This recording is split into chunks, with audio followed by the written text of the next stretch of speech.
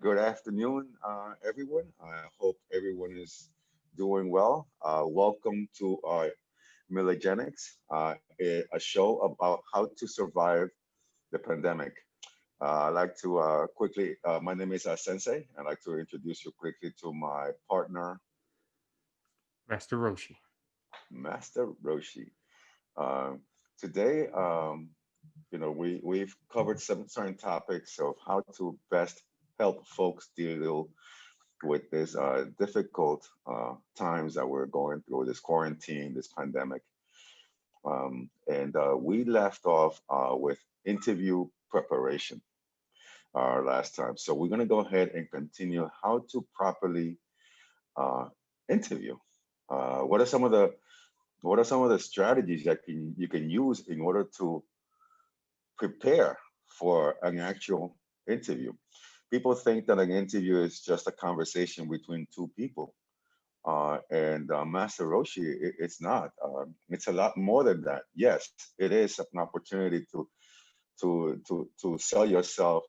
It is an opportunity to promote your business, uh, but it is also an opportunity to propel your future, and not just yours, but the people that depend on you, your loved ones, uh, your children.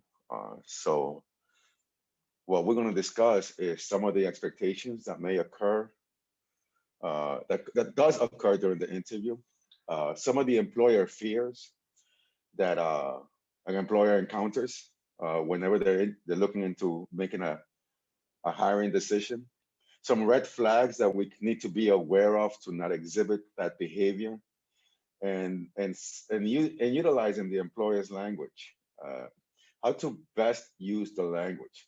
It's not just articulating yourself.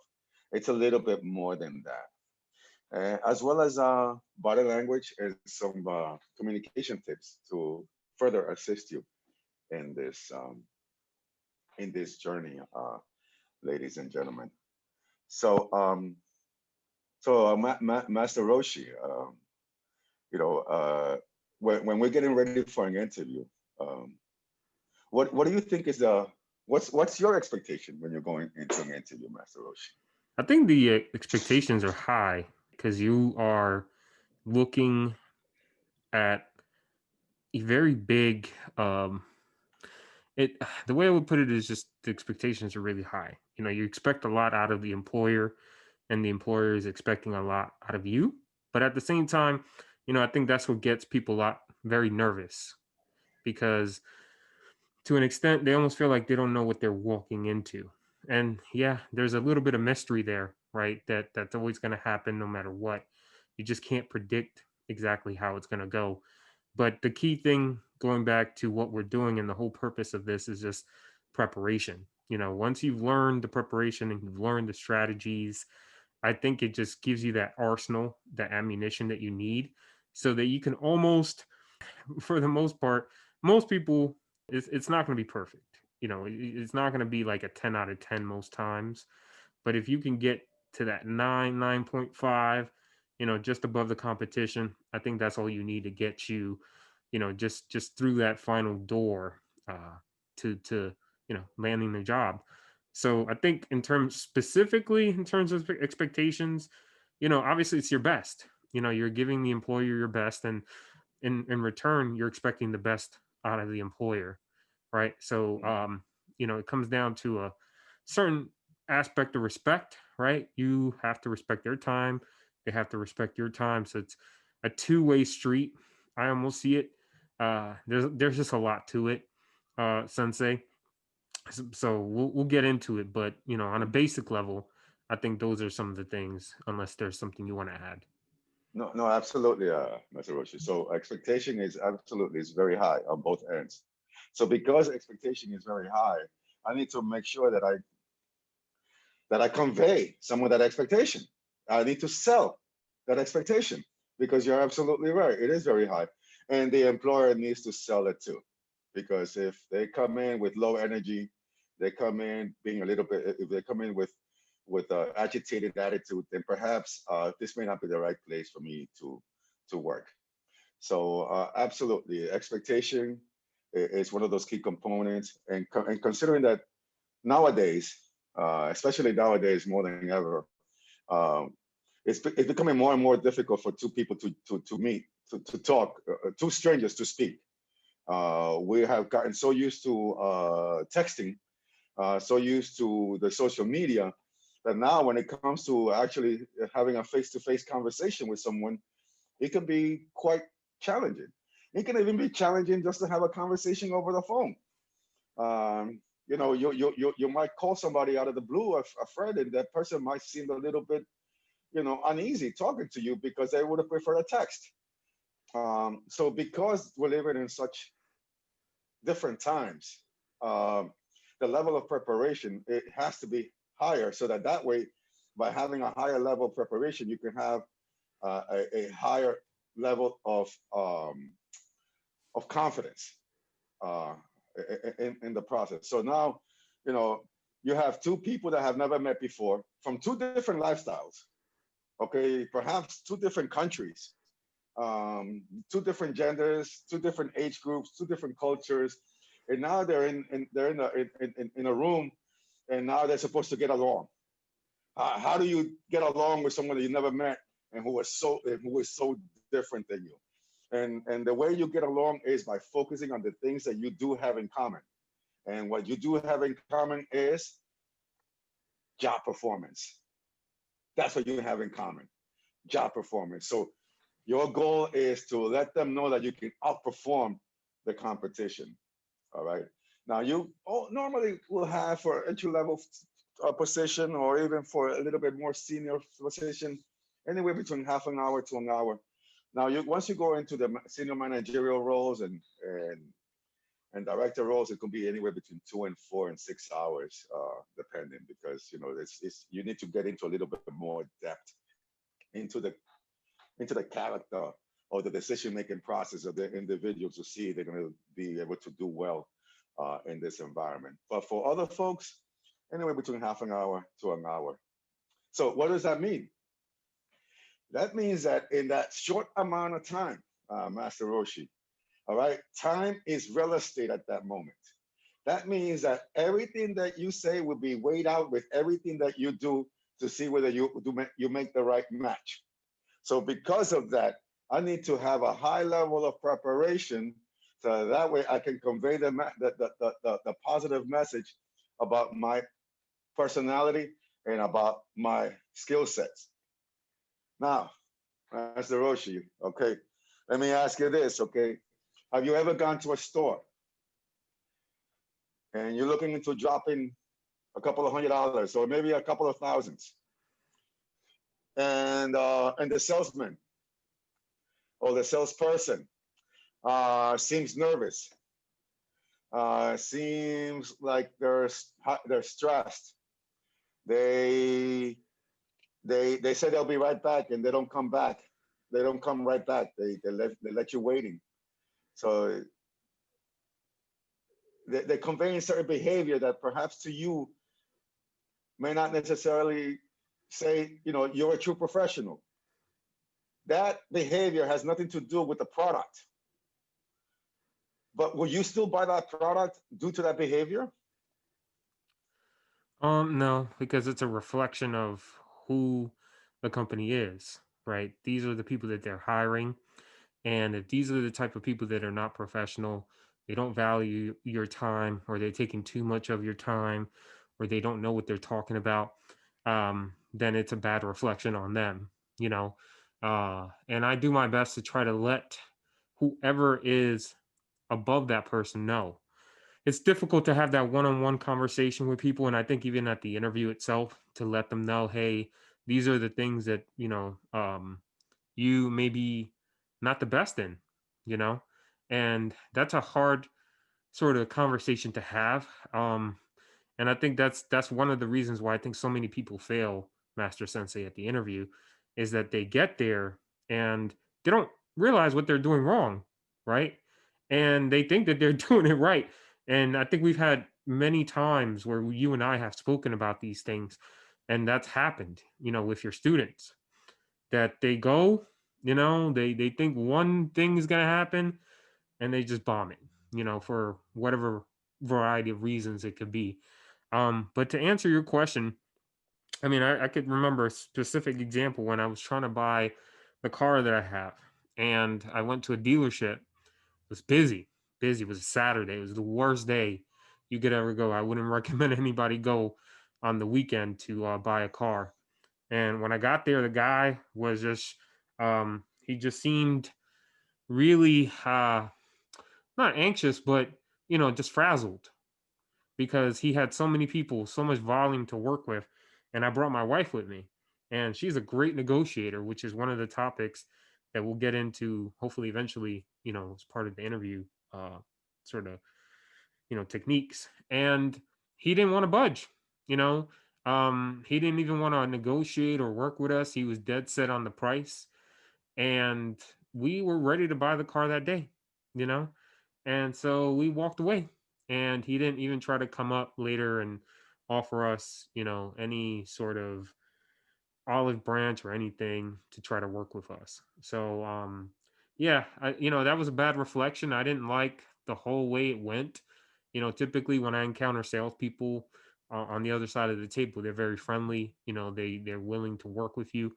That just didn't happen, and I think that that's also one of the problems that this can lead into, right? Because you can get as far as you can in the interview, and then it comes to negotiating salary, and then things break down, right? So hopefully we can cover that at some point, but we have a lot of ground before that. But yeah, that would be my answer to that. Okay, so so so so the salesman's behavior affected your decision making process. Absolutely, You were yes. getting you were getting ready to drop a few $1,000s, and that behavior said, you know what, I'm not buying this. Yeah. So how do you think, then everyone, how do you think an employer who's getting ready to drop $60,000 on you, 60, 70, 80, $100,000 to this interview, and you're coming off nervous, you're coming off a little bit agitated, you're coming off someone that could get easily disappointed, perhaps, that doesn't have a winning attitude. Will you want to bring this person into your domain, uh, and on top of that, pay them a salary? Perhaps not. I know I wouldn't want to. I like to be around people I like. I don't like to be around people that I don't like. The people that I don't like, I try to stay away from as quickly as much as possible, and that includes work. That includes actually all parts of our lives. Because even in the train, if you see somebody that you don't like, you don't sit next to that person. So it affects all parts of our lives. So being liked, it's key for the individual to see that the product is going to be a well working product. Okay. And the product, ladies and gentlemen, is your skill set, your background, your expertise. And what needs to sell that product is your personality, your charm, your customer service, and your communication skills. That's what you're going to need to tap into in order to sell the hard skills. But the hard skills cannot be sold without the soft skills. All right. So the interview is a very stressful uh, environment, not just for the candidate, but also for the employer. All right. An arena that they have visited many times over, and it is an arena that you haven't visited many times over. So what does that mean? That means that they are a little bit more experienced at interviewing than you are. And because of that, a high level of preparation needs to be devoted to your presentation, because these are experienced buyers and you're an inexperienced seller. So how can you be an inexperienced seller and sell to an experienced buyer? The way you can do this is by becoming an experienced seller. And how do you do that? Through repetition, through research, and through failure. And then guess what, Master Hiroshi?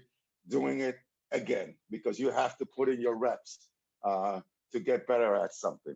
So skillful interviewing is not something that you're born with.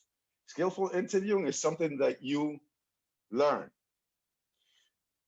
Your employers, they go to seminars, they go to training, they learn the art of interview.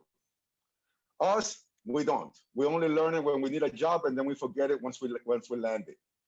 So because of it, we have to constantly review our selling techniques.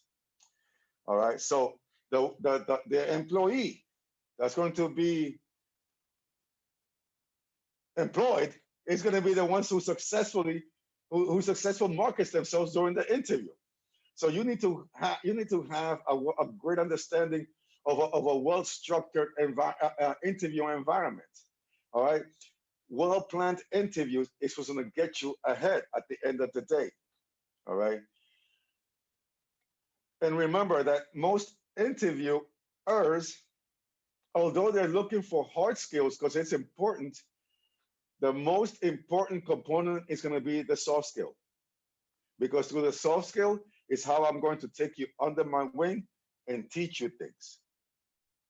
All right. Without that soft skill, it might be hard for me to teach you things. Okay. So how can I train you if you're obnoxious? It becomes difficult. So you need to show a high level of customer service etiquette to portray the kind of personality that the employer wants to have 40 hours a week. All right, 8 hours a day, and sometimes even more because there may be some overtime that might be implemented into the mix of things. All right. So by having a good preparation, it allows you to have more control of the conversation. All right. When you do research about the company and they ask you, what do you know about the company? You have a story to share, what they do, where they're going, and how you are able to fit into that mission. If you don't have a solid preparation, you will not be able to to weave yourself into that company, because that's what your job is to weave yourself into your role, not demand it. Everybody talks about demanding the role. That's not gonna, being a bully is not gonna get you in there. It's weaving yourself into it that's gonna get you there. So imagine, imagine if you didn't expect any possible questions. Imagine if you just completely leave it up to faith. What do you think is going to happen during an interview that you're looking into earning $80,000 and you're interviewing with folks that have PhDs and master's degrees and 10 years interview experience? What do you think is going to happen? What's going to happen is that you're not going to look like important material. So preparation and conveying that through your conversation is what's going to help you. And also how to answer traditional interview questions. One of the things that right now that we need to do is have a pitch ready in order to convey in 60 seconds or less why you will be the right person for the job. So Master Roshi, I want to get into the topic of employer fears. What do you think might be some of the fear factors that employers might have when they're trying to see if the person is the right fit for that role? Yeah, the number one fear is always going to be a bad hire. They got somebody that they thought was going to be good and did not turn out to be that way. So, you know, recruiters are not perfect. They're not going to get it right every single time. And there's always going to be somebody that slips through the cracks that at the front seems very good at face value. They seem very good. But once they start working or once they start socializing with their coworkers, they start to do very bizarre or, just things that are not good, for lack of a better word. So that's the worst thing. Obviously that can transpire into other things. You could be bringing somebody into the environment that's got a lot of personal issues, family issues. Maybe that, sometimes I hear that some people started out really great, on in person or on paper, and then they just had some family issues, a divorce, child support issue, and things like that just manifested itself in their performance, and had went from a stellar person to not so stellar. So I think that those things are hard to predict, and they recruiters try to do their best, you know, um, in terms of red flags, which is one of the things that we're going to get into next. Try to look for those red flags before they come in, but you can't always get it. It's not always going to happen where you're going to see every little nuance or issue that this person might have. You learn that along the way. People are people. People come with baggage.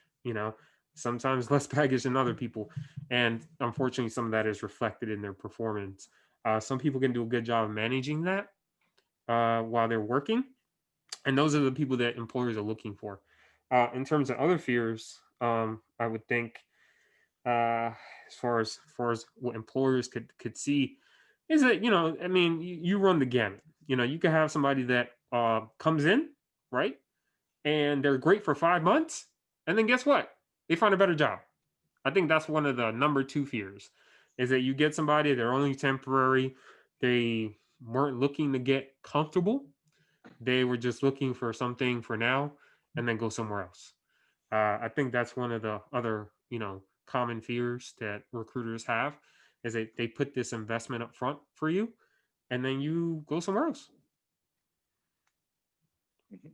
So absolutely. So so they may be afraid that they're going to be investing time and resources, and then you leave in 3 to 6 months.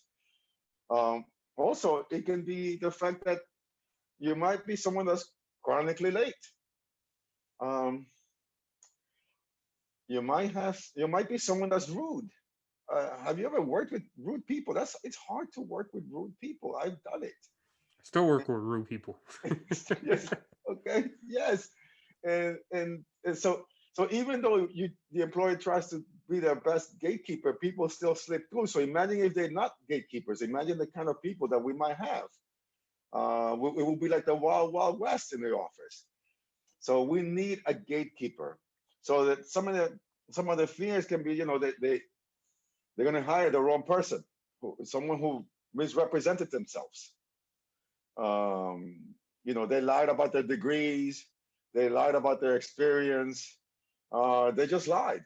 And now now when it's time to perform, because it's uh it's training day, it's your first day of work, you can see that you don't have the polish and the etiquette to do this kind of work. Um, Another one is that you might embarrass them. You are a reflection of our jobs. Every hire is a reflection of the hiring manager's job. Okay, you are a reflection of it. So if you are a poor employee, that's a reflection of your manager's performance on selecting you. So the last thing I want people to do is to have rumors that I'm a poor interviewer. Um, if someone gets in and it's a bad interview, and it turns out to be a not a bad person, but a bad employee, and you make the mistake 3 months later, and you make a mistake 3 months later after that, and in 1 year, you've made 3, 4, 5 bad hiring choices. What do you think your employer is going to think about you? Am I paying you to do your job? Because right now, I don't think you're up to the standards. So that could be another fear factor, Oh, of I can be how I can be viewed by my colleagues by the quality, by the caliber of people that I bring into the company. I have a great story on that, Sensei. Hmm. If you let me share that Yeah, with the sure, please. audience. And that was back in one of my first office jobs. And to make a long story short, what ended up happening was we had one person on the events team, and then we had one person on the sales team. And this happened actually outside of work. It didn't happen in the office. And I worked in HR, so I knew about this incident.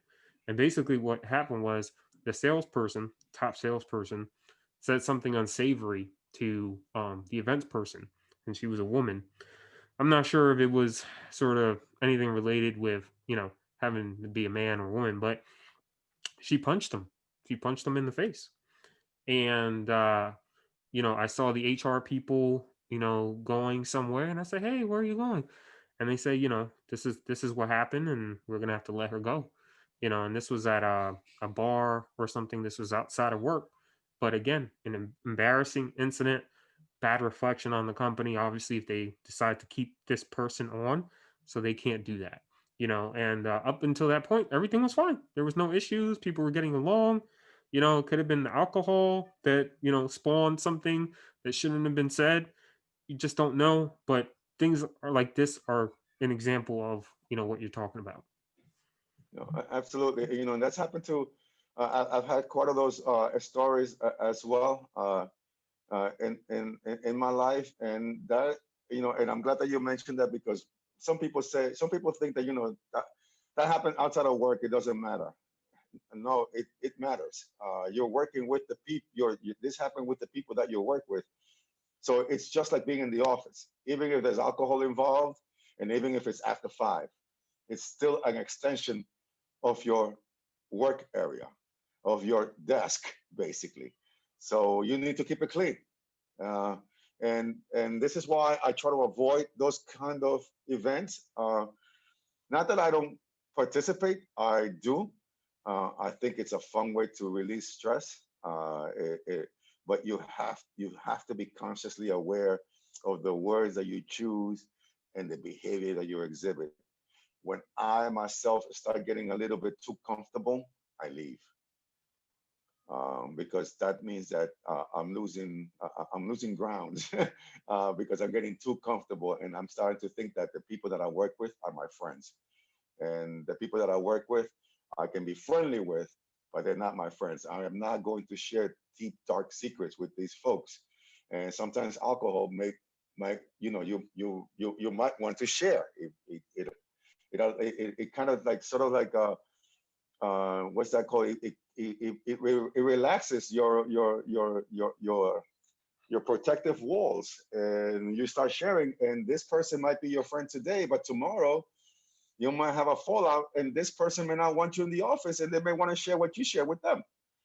So be very careful whenever those opportunities come about. You should engage. You should absolutely network with folks at different levels of your organization, but be careful with the alcohol. But now going back to fears is another thing. Is like what you just said, right? She punched him in the face. So you're afraid, that you might be violent, that you're one of those quiet souls that the moment you get agitated, this rage just explodes. You might be that. That will tell me that you're not going to get along with your coworkers. That you're not. You might be difficult to manage. It might be hard for me to tell you what to do. You might get agitated by that. And if you're getting agitated by me giving you directions, and I'm your boss, what's going to happen when my clients give you directions? And they are the source of income for our company. And also that you might make a lot of mistakes, and because of that, you might be a poor influence to the rest of your team members. To me, sometimes you gotta cut your losses. Whenever I've made a bad choice, I try to work with you. But if I see that this is not happening, I try to my best to get rid of you as quickly as possible, so that way you don't poison the rest of my team through your bad actions. So usually when you're coming into an interview, the employer is looking into answering 2 jobs. Can you do the job, and will you do the job? And can you do the job is answered through your resume. Will you do the job is answered through the interview. Because that is when I'll get to see whether you have the right attitude. Yeah, so will you do the job? It becomes a little bit more important than can you do the job? All right, because that was already answered with your resume. Will you do the job is more important because I need to see whether you have the right mentality for this role. All right. So one of the things that people used to say back in the day, and I think that it is still active.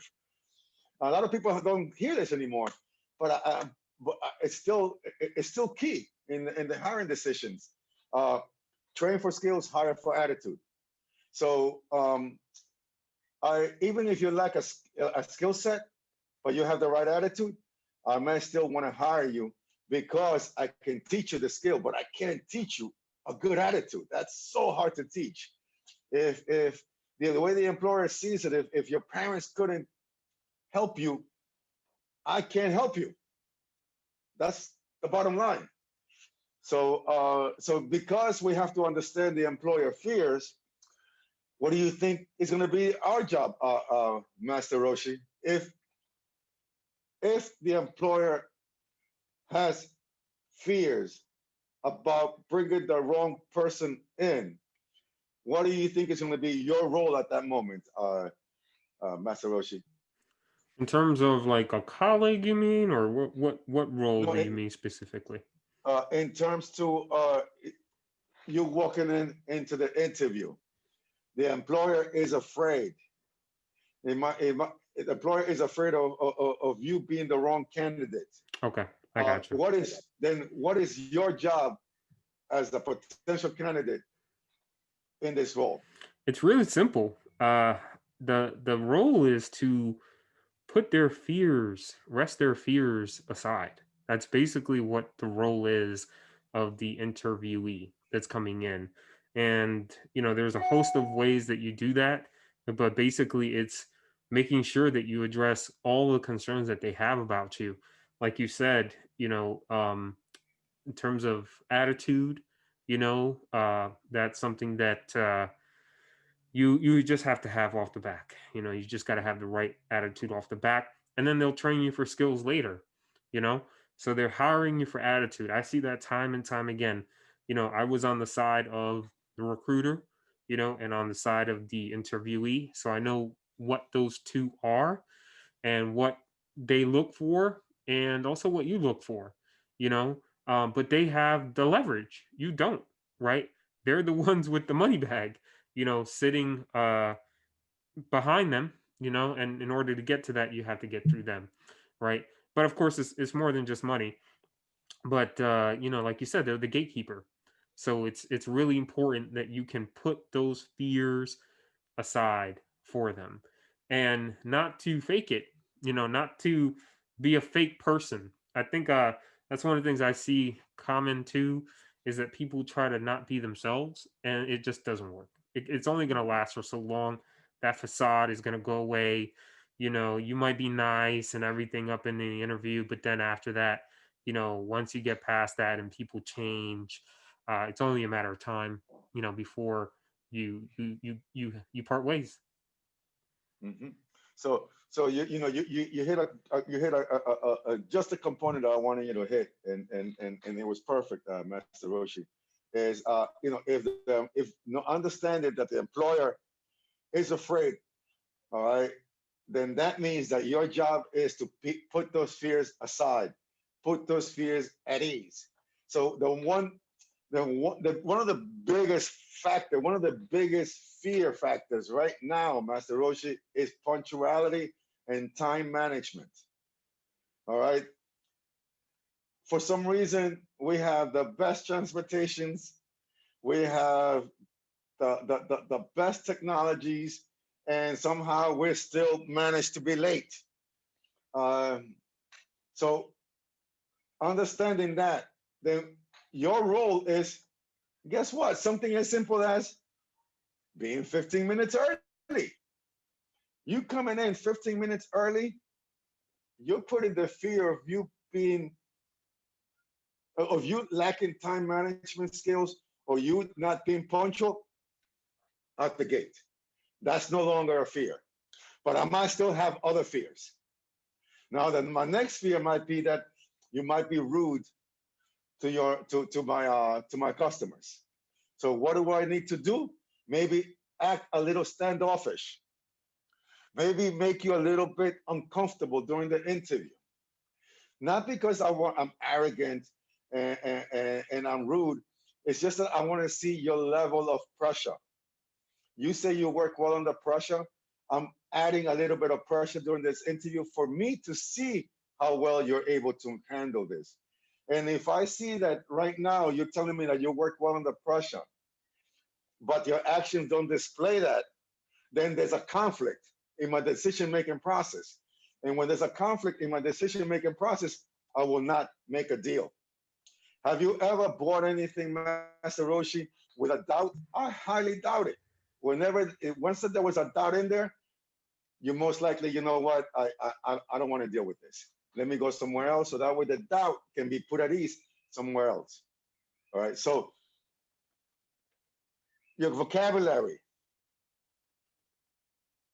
if you're not using the proper professional vocabulary, that is fear. All right. That's a big red flag. How are you cannot use the vocabulary that you use talking in the street while at work. It just doesn't work. So that could be also another red flag. The way your body language. Are you clicking your pen? Are you tapping your feet? Are you not giving me eye contact? Are you speaking too fast? Are you speaking too slow? Do you lack energy? That is also a red flag, because if you lack energy, you lack initiative.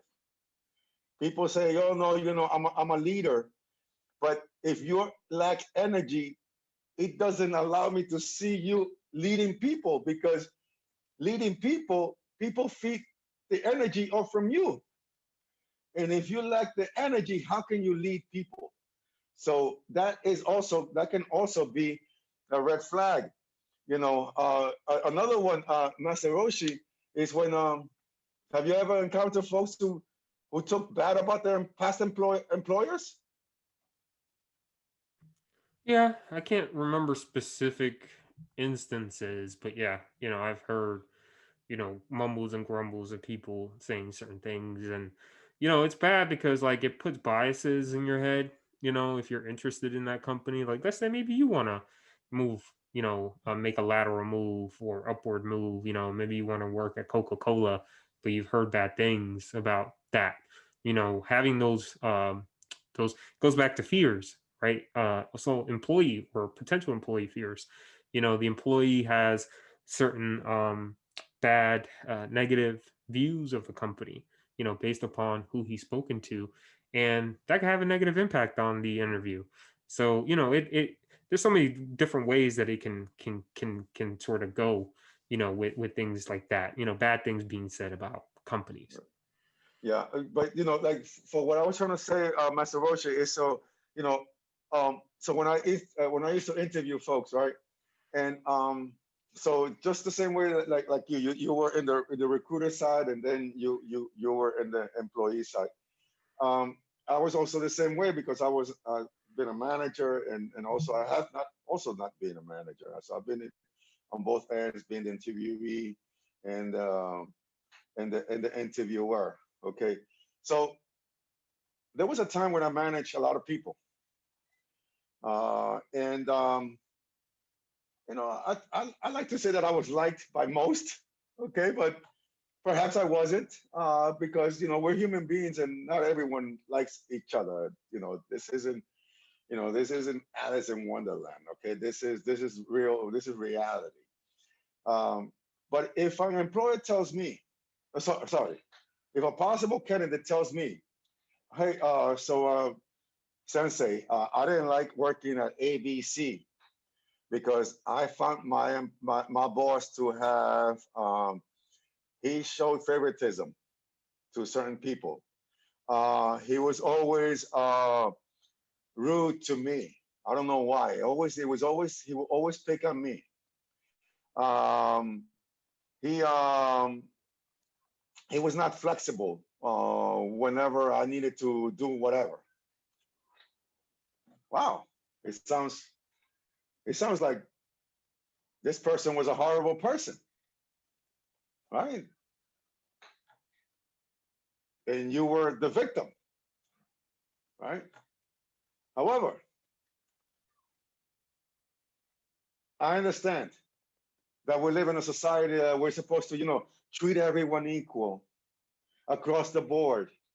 Everyone deserves to be treated equally, equal, equal, equal. Hey, we live in an equal world, and and it sounds nice. It really does.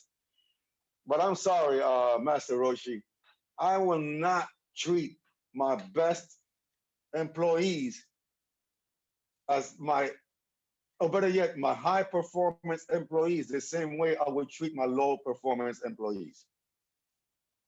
It's just not fair. How can I treat them both the same?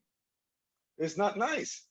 So maybe the reason why the employer was a little bit rude to you, maybe the reason why he was always micromanaging you, maybe because he was a little bit standoffish around you, was perhaps you were not part of their high performance team. And as a low performance team member, I probably didn't care whether you left the job or not. Actually, you might actually do me a favor by leaving on your own. So I might just make your life a little bit more miserable. So you can make my life better by just leaving.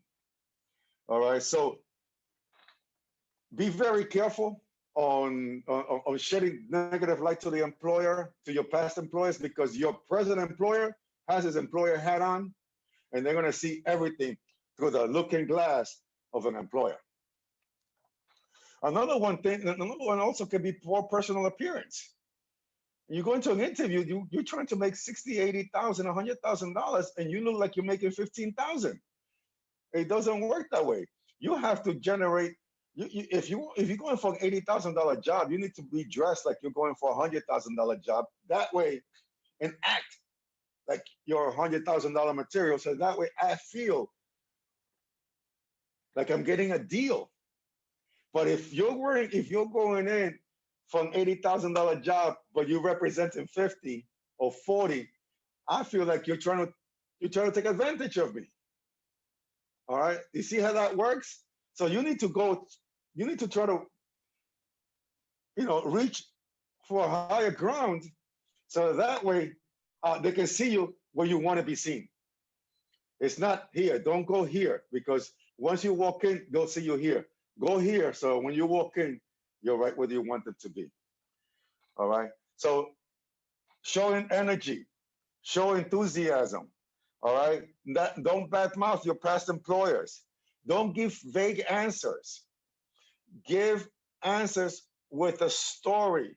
One of the stories that I like to let people know to share is the PAR statements: problem, action, and results. State a problem, what kind of action you took, and the result. And always the result needs to be a happy ending. Don't let them know that the result was that you made a bad choice and then you got fired. Okay, that is not a happy ending. The happy ending is that you were able to help a particular customer, and the customer became a repeated customer. But have stories to share, because people understand better when you share actual stories. And how do you know what stories to share? You know it by looking at the job description. The job descriptions, all those bullets, those are topics of conversations. Those are topic of stories that you need to start remembering, so that when you go to this interview, you have an arsenal of stories to share, and now you're able to convey the message to sell and promote your business. Another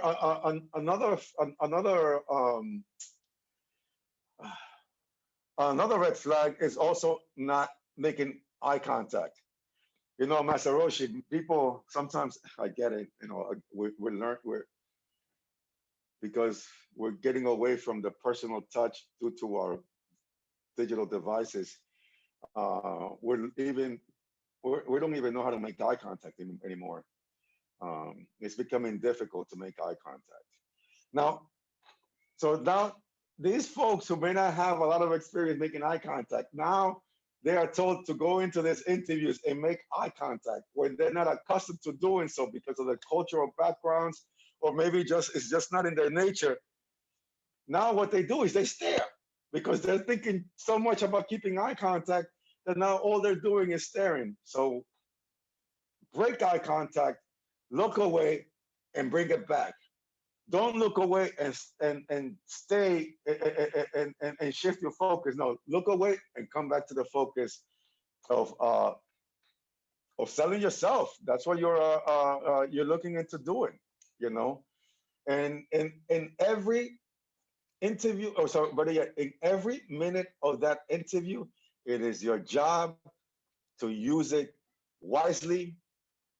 It is your job to make sure that everything that you say is is working towards the goal of you being hired. Even if it's a casual conversation, if you're talking about sports, clothing, fashion, whatever, bring it back to you. If you're passionate about fashion, then you weave that passion of fashion with your passion with that current industry that you're trying to weave yourself into. So speaking the employer's language can help you reach that point, and that employer's language is in the job description. Repeat that language into the interview to convey the message that they want to hear, because at the end of the day, that's all they want to hear. Why would you want to go to an interview and not talk about the things that they want? In the job description, they're telling you, this is what I want. And you're going to go in there and have a conversation about all the things that you don't have, or that it, it doesn't make it doesn't make sense. So take ownership of the interview. Be ambitious about your goal. Have a loyal sense of what you want to do. Be respectful of the interviewer's time as well as yourself. Be trustworthy and honest and flexible while you're navigating this interview. Many of us say, "I must say this, I must do this," but maybe you don't have to. Depending on what the energy is during the interview, there are some things that perhaps it's best that you keep them to yourself. All right, so learn how to adapt your style with every single interview differently. Become a problem solver.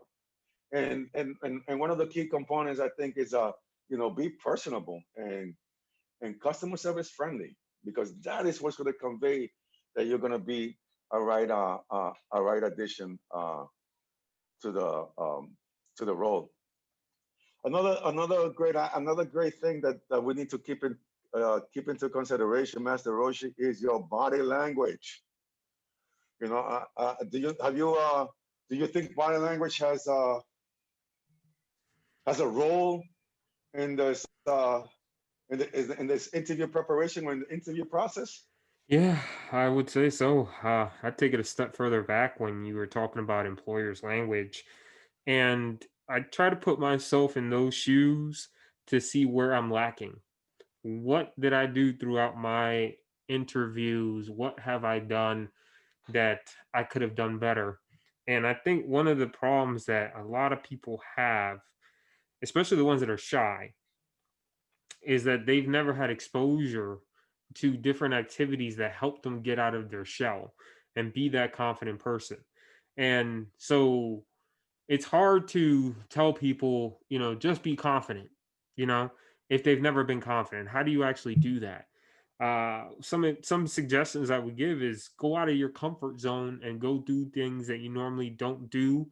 Join a debate team, join a sports team, join some sort of activity that's gonna put you in a position where you have expectations and you have to meet those expectations from someone that is um, sort of above you.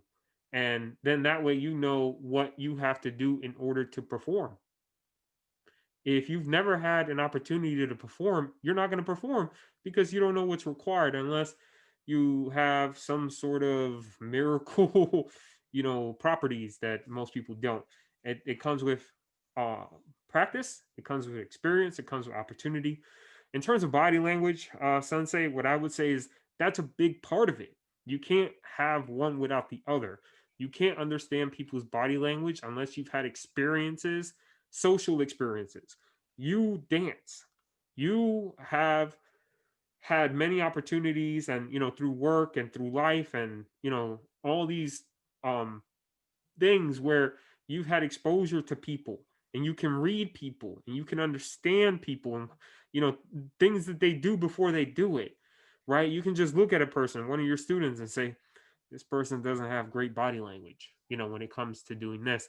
And a lot of times they don't know. Most people don't know that they're doing something wrong unless you point it out. And when it comes to the body language, what I would say, and I feel like this is where people can get an edge in the interview, is if you really understand it. And I don't just mean body language, I mean subtle body language. That's the hardest thing, I think, for most people to see. Um, One example I can give you is something basic. Like you said before, like tapping your feet. If you're in an interview, it just shows you're impatient. Do you have somewhere else to go after this interview? Do you really want this job? What's wrong? That goes back to red flags. Everything is connected. In terms of all the topics that we're covering today, everything leads to one other thing, and you have to have an understanding of everything in order to have the package. And once you have that, then you'll be successful at the interview. But if you don't, you got to practice at it. You have to put yourself in those positions. So that's what I would say, Sensei, is that when it comes to body language and communication, a lot of it comes down to just experience. What would you say on that? Like, I know you've had obviously a lot more firsthand experience with your students on those matters. Yeah, so body language is not easy. Uh, because, and the reason why it's not easy, because it's a language that you portray or you display subconsciously. So you have to make the connection between your conscious mind and your subconscious mind. So you have to consciously be aware of what your subconscious mind is doing, and that takes time. And like you said, you got to put in your reps. It doesn't happen one day. And this is why, I tell my students it takes 8 to 15 career-driven interviews to land a career-driven job. A job, you might just go in with one interview and you'll get it. If it's a job that you pick things up and put things down, then all I need to know whether you have, a basic level of coordination, a strong back, and be able to do that chore.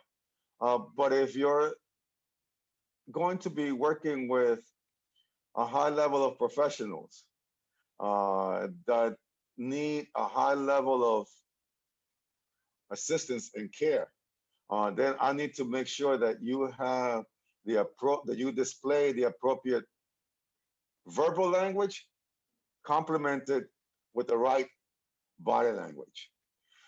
So I need to. So now, if you're going to meet one of my clients, okay, and your handshake is weak, right? You're coming in.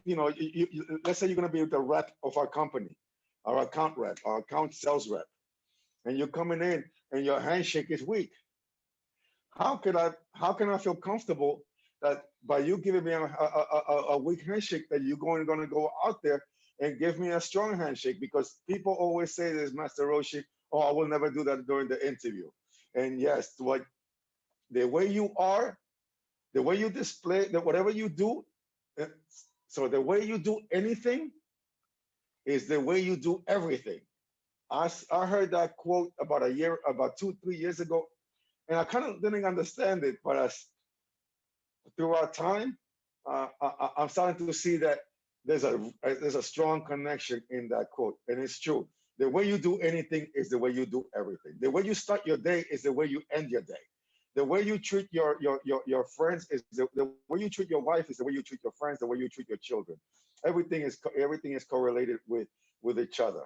All right. So the body language and communication steps, and communication skills, they start from the moment you receive your resume, or better yet, the moment they receive the resume. Everything, the way you communicate, the way the choice of words that you use in your email, it's going to be weighed against the person that I meet. So if your choice of words during the email is very articulated, but the person I meet is not, then I see that there's a contrast, there's a conflict, and I don't want to try to figure you out. So the way you communicate, the handshake, your attire, all right, your posture, they're all clear components of your body language.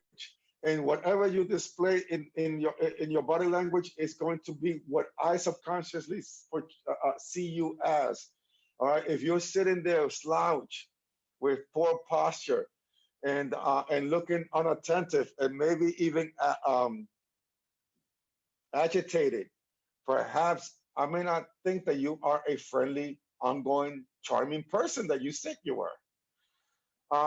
One of the ways that you can put some of those fears and you can hide some of those red flags is by smiling. So the body language that I would recommend is to look strong with a strong posture, stand tall, and always smile. But again, break the smile. Don't just have this weird smile on your face and just looking at everybody and not blinking. All right, you need to blink, you need to smile, and you need to be organic in your emotions as you're displaying that you're the right person for this job. The way you use your hands, okay, they need to be soft, they need to be open, because when it's soft and open, you display more sincerity to the employer subconsciously. Try not to fidget. Those those fidget movements make other people nervous. Remember, you're going to be in a closed environment, and you're going to be feeding each other's energy. So let them feed the positive energy from you. Don't bring nervous energy because you're going to make them feel nervous. Bring a calm, happy, fresh demeanor into the interview so that way they can feel the same way. Your voice should sound enthusiastic, and your grammar should be exercised with the utmost, how can I put it, with the utmost care to make sure that you're using the right words to articulate yourself. Try to get away from those are really bad filters. It's better just to stay quiet, think of the word, and then say it, as opposed to by using some of these, by using one or two of these things, it's not going to help you get the job. What we'd like to talk about, Master Roshi, and Master Roshi, you said this before, is about creating the right package. And by creating the right package is what's going to create the right formula to implement into your personality and eventually getting yourself hired. But if you don't put 100% effort into all these practices, you're not going to have 100% results. Okay? If you put in mediocre efforts, you're going to get mediocre results. So what I recommend is to put tremendous effort with the greatest energy, with the best of intentions, so that you can get those kind of results. Now, you mentioned negotiations. I have my ways of negotiating, but just be careful, ladies and gentlemen. If you're going for a $20,000 job and you're looking into getting to an $80,000 job, because now you have your degree and you have you deserve an $80,000 a year job, just be very careful, because many of us we we tend to negotiate ourselves out of those $80,000 job opportunities because we hear these things that, oh, my value, my value, my value. I get it. You're a valuable person. But remember, okay, when there's no experience, it's a very tricky situation. Your job is to get your foot in the door, learn the industry, and from there you can navigate the industry. But without it, try to be very careful into not negotiating yourself out of a job, so that you can have the right opportunity. Okay. So Master Roshi, you wanted to share some negotiating tips that you can use to our audience? I think obviously, the key thing is never to jump to money right away. Let the employer bring it up, and if they don't, you're at the last stage. Then you can gently say something, about it. You know, you can bring up compensation. But don't make that like the most important thing, or something that you keep bringing up, throughout the interview, because they're just going to think you're greedy, and that's not a good impression to have them feel about you. um you can talk about other benefits that are associated with the position. A lot of times what I've seen is that sometimes they won't offer you, maybe the kind of money that you're looking for, but they have other perks. Parking, could be one. They can give you a stipend, every month for technology. So there's a host of other little things, caveats that you can get into with the employer about what it is that the position offers. But off the back, that's what I would say in terms of the actual negotiation. um Things that I do is you really have to define the value of the position compared to you. And what I mean by that is you have to have a number of what you think, where you're coming from. Obviously, if you're looking for a higher position, you're not looking to try to take the same money that you were making before. You're worth. And the other thing is just don't answer right away. I think that's one of the key things that I've also suffered from when it comes to other things, not necessarily salary, but maybe making purchases. Is that you hear a number or you think it sounds good, and then you're like, great, there we go, and then there was an opportunity that you missed to get more money that than you should have gotten because you were too quick. You were too quick to give an answer, and you don't want to do that. Give it a day. You don't have to give them an answer right away. I think that's one of the things too, is that people have this expectation, right? That the employer wants an answer right away. That's not necessarily true. You guys can hash that out. If they really want you and they really value you, you can work out the numbers at a later time. It doesn't have to happen right away. So I think not being anxious, Sensei, is one of the key things I would say in terms of the negotiation. Have a number in your head that you want to work towards, um, but don't be depressed if they don't want to meet you. But sometimes you say, "Hey, can you meet me halfway?" But again, don't be quick. Don't be quick to draw. You have a very good point there, uh, Master Roshi. Money is not everything. Um, I mean, it's a big component, of course. I, I recommend that you go for the higher salary, absolutely. But it also, evaluate your life. All right. Are you a single person with a healthy lifestyle who doesn't get sick and have no children? Perhaps the higher, a bigger salary with the not, with not the best benefit might be best for you. However, if you're a little bit older, um, your health is now declining. Um, you've traveled, you've earned really good salary in the past, and maybe now your present dictates that you need to have a better health insurance. So maybe health insurance can be the negotiating component in your next opportunity. So yes, Master Roshi, don't just go into the salary component. Learn everything. Maybe a better